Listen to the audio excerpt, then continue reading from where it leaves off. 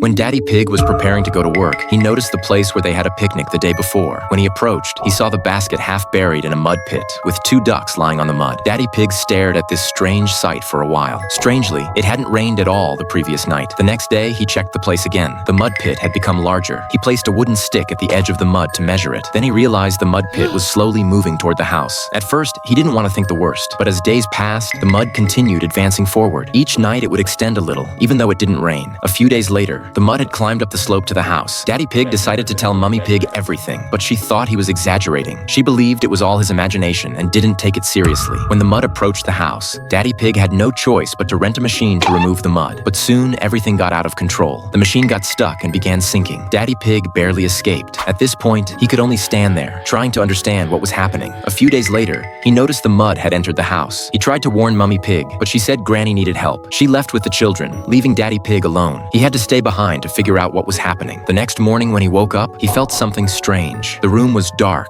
as if it were nighttime. When he pulled open the curtains, he understood everything. The mud had covered the second-floor windows. He went to Peppa and George's rooms to check, but those windows were also blocked. He quickly realized all the exits were blocked. Fear began to grow. He tried to use his phone, but there was no signal. Besides being trapped, he also couldn't seek help. From the kitchen window, he saw part of the machine buried in the mud. This meant only one thing. It wasn't the mud climbing up the house. The house was sinking into the mud. Now Daddy Pig was buried alive. He tried to stay calm. He knew his family would return in a few days. Then they would start searching for him in the mud. He just needed to hold on and wait.